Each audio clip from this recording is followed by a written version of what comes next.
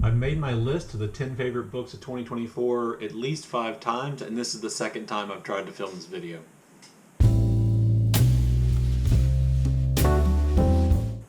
Hello and welcome back to Bookish, and welcome to an annual event on my channel and on many people's channel where I list the top 24 books that I read I list the top 10 books I read in 2024. As is true, I think, with most people, these are not books necessarily published in 2024, but just books that I read in 2024. And as I said in the intro, I had a hard time making my decision. My top 4 or 5 are solid, and I knew what those were going to be. And quickly the order of those fell into place. The next 5, 6 through 10, were where I had much greater difficulties and where more changes were made. And because of that, I have a long list of honorable mentions, which I'll get to here in just a second. But I had a really good reading year. And as a result, making this list was difficult. So in an attempt to make this video go by, or make this video as quick as I can, I'm going to just kind of list my honorable mentions, maybe just a little bit about the plot, and then for my top 10 I'll talk a little bit about the plot and go into why I like the book so much, or why the book is on my list. So honorable mentions. First have Erasure by Percival. Everett, a black writer of literary fiction, struggles to be successful, and he only really gains success when he decides to satirize what he sees as exploitative black fiction, and kind of chaos ensues from there. If it weren't for the fact that I didn't want to have the same author on my top 10 list twice, Erasure might be in the top 10. Permafrost, very similar. Permafrost by Eva Baltasar. I read this, which is actually the first of the 3 novels, I think, in Baltasar's kind of Catalan trilogy of novels, which includes one of my favorite books in a very long time, Boulder. But I read Permafrost in preparation for reading the 3rd book by Eva Baltasar, Mammoth, and Permafrost deals with a young woman who is essentially trying to end her own life. At least she says she is, and she plans to do so, and then the facts of her life kind of pull her back into reality and life and relationships. Like all the books in this series, it deals with a young woman who is struggling in some way with something and has attempted to isolate herself, only to find herself pulled back into, inevitably, relationships with others. Another honorable mention is Nevada by Imogene and Binnie. Nevada is the story of a trans woman living in New York who is struggling in lots of ways, probably struggling with the frustration of her life has, become relatively routine and humdrum, and her ability to not be identified necessarily as a trans woman, but as a woman, has reached a level where she has some relative comfort in that. But she decides to upset all that and to go west. And when she goes out west, she meets a young man who she believes is also wants to be a trans woman. And I just thought it was funny. I thought it was poignant. I thought it was a really good, gave really good insights from my point of view into the experience of being a trans person in the United States. Another honorable mention, Blackouts by Justin Torres. Torres attempts to, I think, here tell the history of treatment of gay people in the United States of America by looking at that history and a book, a study that was made theoretically about gay people by a lesbian woman, which was turned into something very different, and using that and the parts of that book that were blacked out to literally kind of tell the story of how homosexuality in the United States has been treated as an illness, and kind of paralleling that with the illness of one of the main characters, who appears to be in some kind of a care facility for people who have contracted AIDS. I thought it was really well done, really interesting in its structure.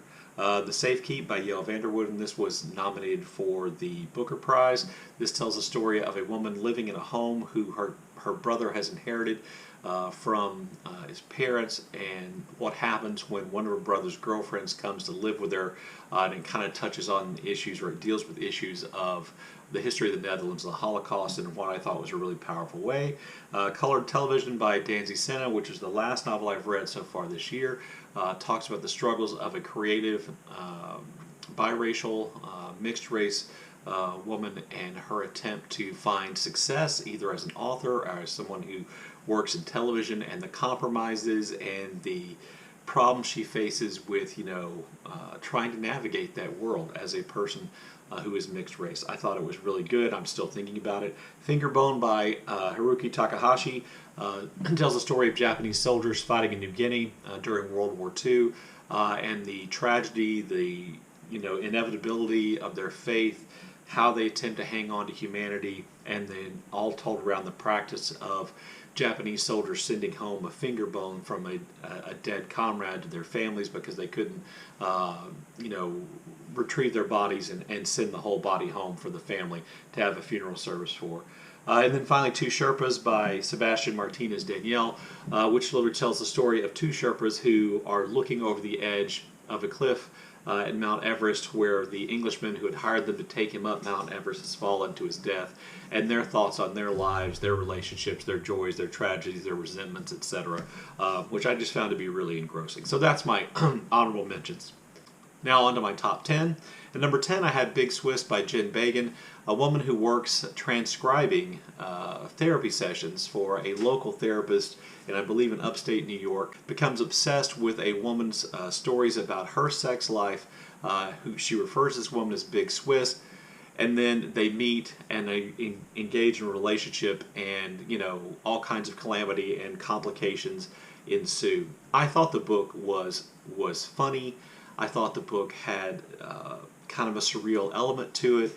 I thought that the story, the relationship between these two women was at times really poignant, really powerful, sometimes funny, sometimes cringy, and I just provoked a lot of emotions in me, and I thought all of that was handled really well. I don't think it's a perfect book, and one of the things I would say about books on this list is that I'm not necessarily saying any of them were perfect, but all of them in some ways brought me joy, entertained me, made me think, did something kind of new, and I think that's true for Big Swiss by Jen Beagen. And so I really liked it, and it's number 10 on my list. At number 9 on my list is The Trouble with Mrs. Montgomery Hurst by BookTube's own Katie Lumsden, and this book was just a delight. It is set in a small community, I think, just before the Victorian period begins, and in this kind of fishbowl of community, everybody knows everybody's business, and we see, and what I think Katie does so well, is she is able to mix together and create a community in which we have all these different social classes represented, and the tensions that exist as small town or small community England begins this transition from the old way of life where the aristocracy had all the money, all the power, and they kept that to themselves essentially by marrying other members of their own social class, and a world in which we see these up and coming social class of industrialists who have made money through starting industry or through building businesses, and how those classes mix together. At the same time, it challenges ideas about marriage and the role of women, and the role of women in marriage, and it's all kind of framed around the story of a man named Hurst, who is a member of the aristocracy, and the woman who chooses to marry, and the social conflicts and drama that is created when he brings her back home to this small community to live, and people find out about her past. I just thought it was delightful, incredibly well written, I thought, pacey, interesting, lots of characters developed, and yet you never kind of lose track of who they are or the relationship with one another. I just thought a really well done book, and one that I found to be enormously entertaining. At number 8 on my list, I have Ghost Mountain by Ronan Hession. You may know, if you've watched my channel for a long time, that Leonard and Hungry Paul is one of my favorite books that I've read since I've been on BookTube. I just think it's just a great book. And Ghost Mountain, at first for me, because it was a departure from Leonard and Hungry Paul in some ways, and from Panenka, Hession's second book, which I also liked a good bit. For a while, this one didn't. This is a book that I read and then I had to think about before I kind of fully appreciated it. So basically, the plot is that a mountain appears out of nowhere in a community, near a community in more or less rural Ireland, and that appearance of this mountain then becomes an obsession for the characters surrounding it, who are all connected to one another in some way or another. Family, marriage, real estate related relationships. And what I think Hession does so well here is what he does so well in all his books, and that he gives us characters who feel very real, whose lives I'm going to use the word are small, whose lives are small, they're contained, they're things that you and I, probably most of us can relate to. And he shows, the everyday obsession, stresses in relationship, the way in which, these obsessions can lead to small tragedies, the way in which these obsessions can lead to greater connections, the way in which, children, their parents relate to one another, the way in which people of romantic interest relate to one another. There's some redemption stories, as I said, there's some tragedies, and what Hession does so well here is I think he renders those relationships and the humanity of these people in ways that are incredibly profound, with incredibly precise, beautiful, but simple writing. And the more I think about it, the more blown away by it I am.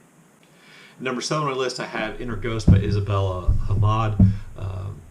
This is a book about an actress who's been living in London and acting on the stage there, and I believe in some movies, who is of Palestinian descent, and she returns to Palestine for a family visit, and she gets pulled into a production of Hamlet that's being staged by a friend of her sister's, and the idea is they're going to perform Hamlet on the West Bank, in the West Bank territory, with the Palestinian Authority.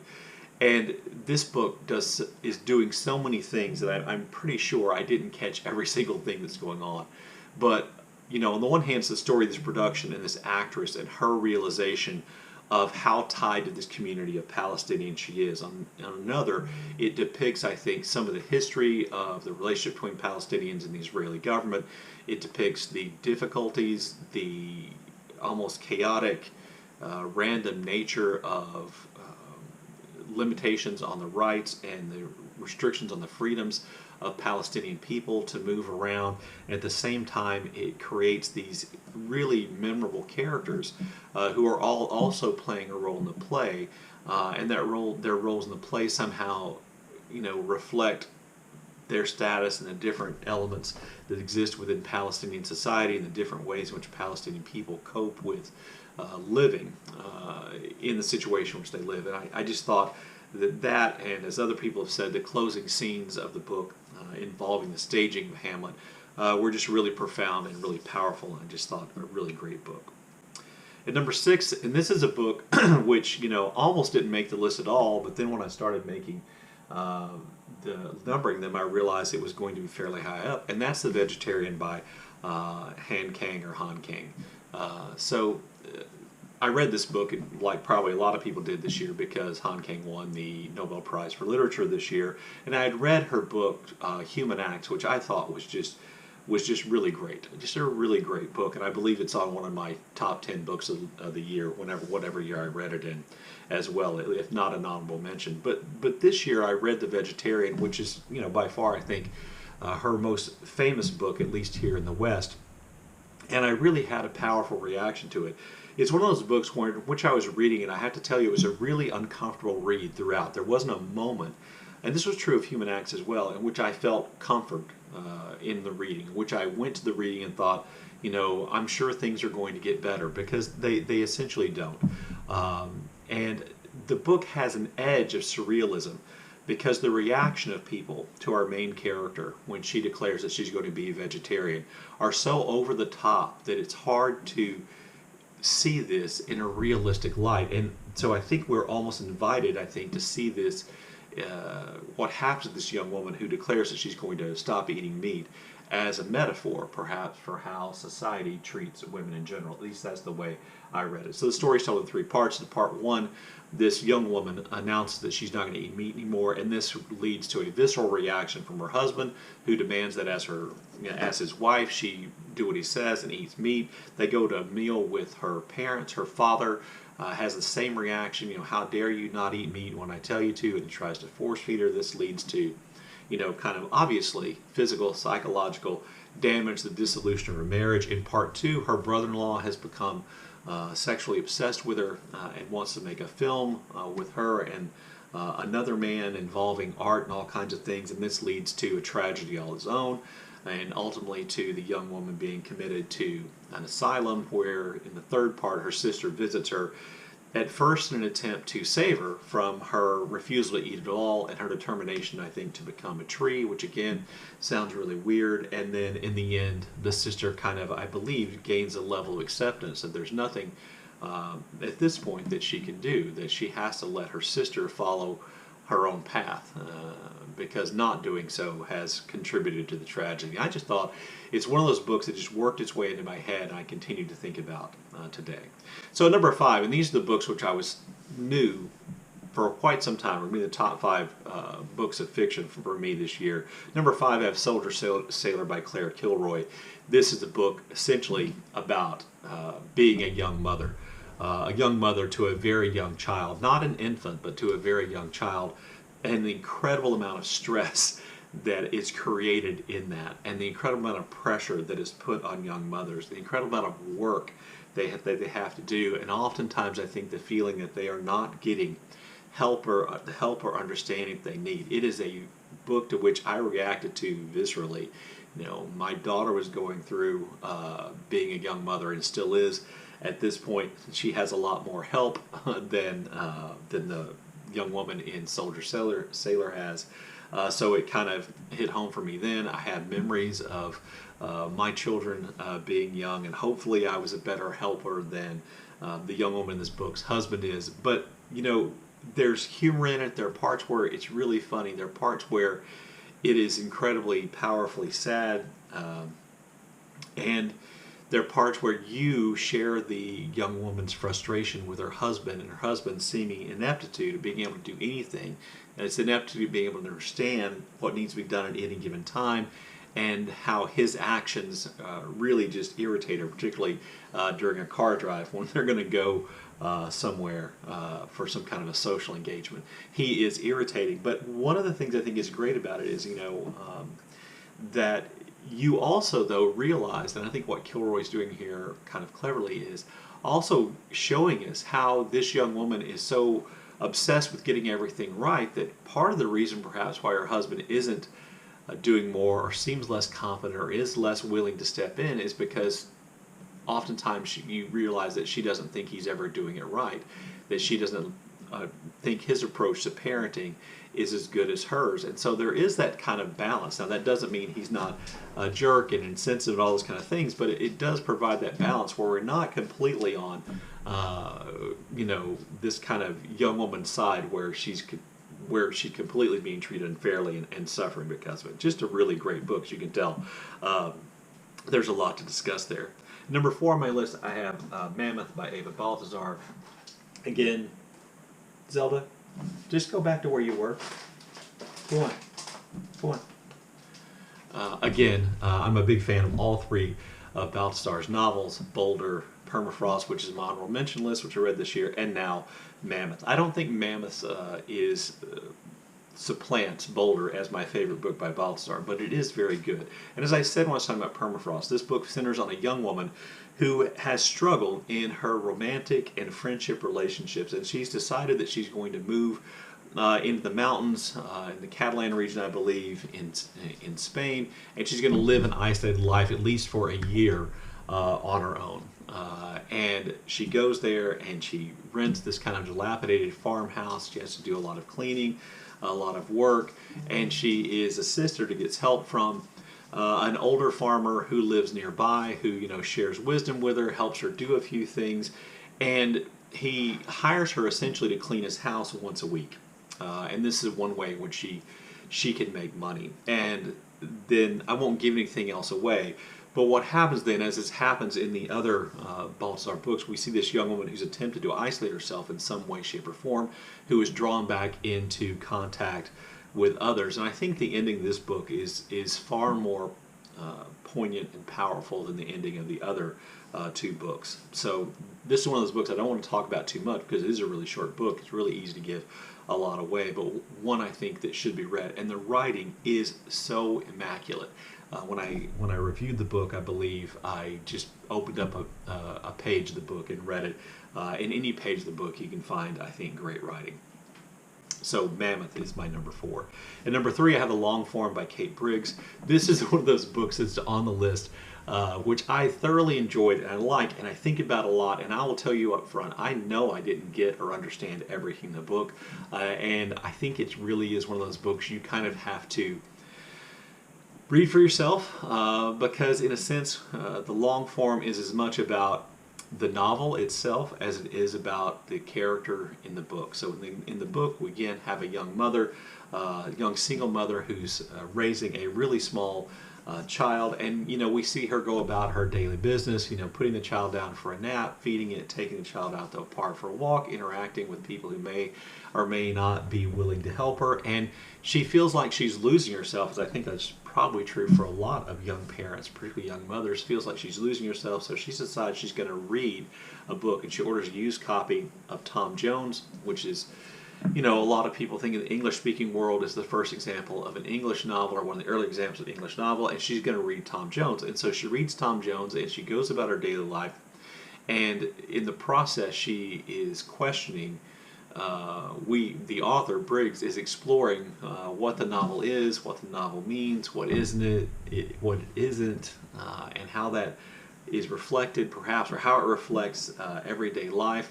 And then in addition to that, there are graphic representations of black and white images having to do with, related to a mobile that her child has and looks at, and it just was fascinating. And I thought, not just fascinating and not weird for weird's sake, but a real kind of deep examination of a lot of ideas, like I said, not all of which I got, and really well written.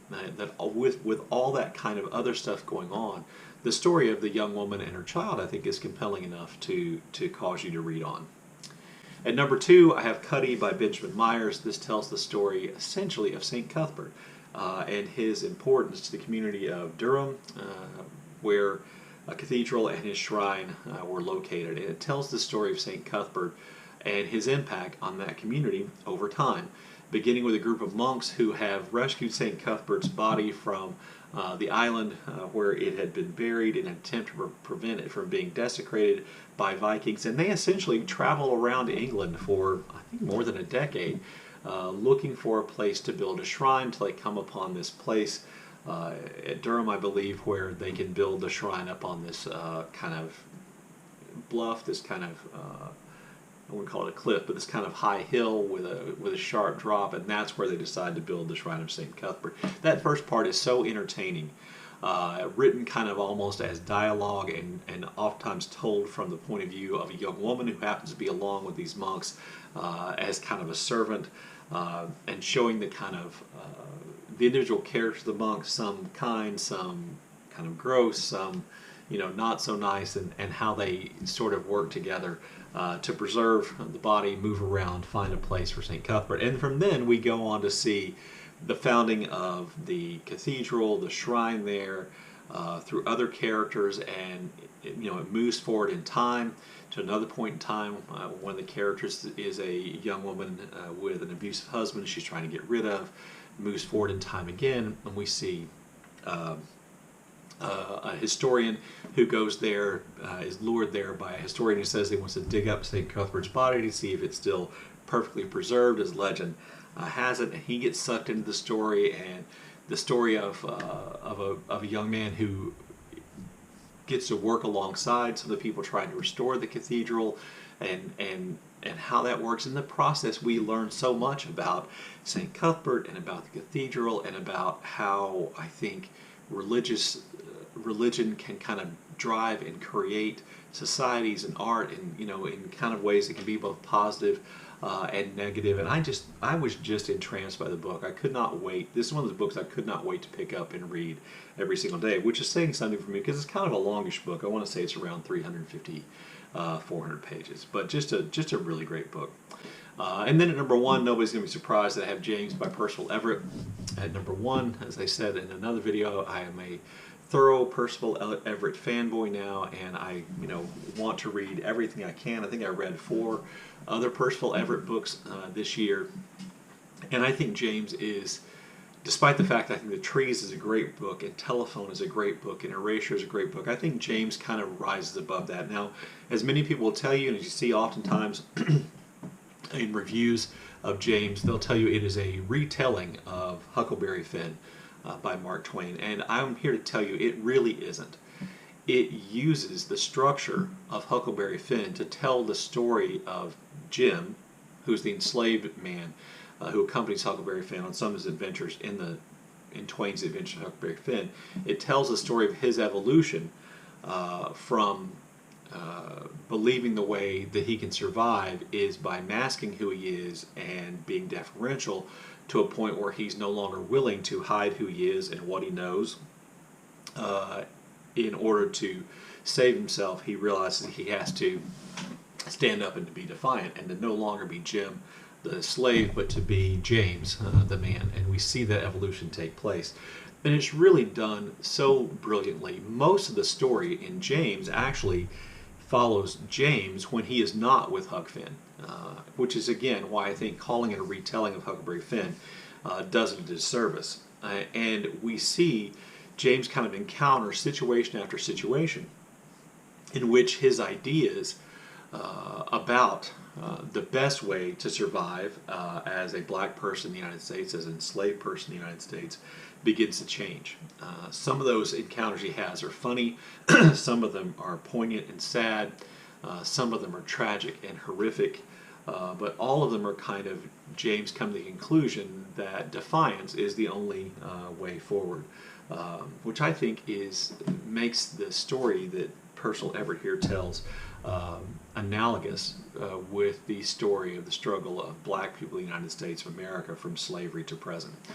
So I think its message goes beyond anything that Mark Twain could have possibly been about.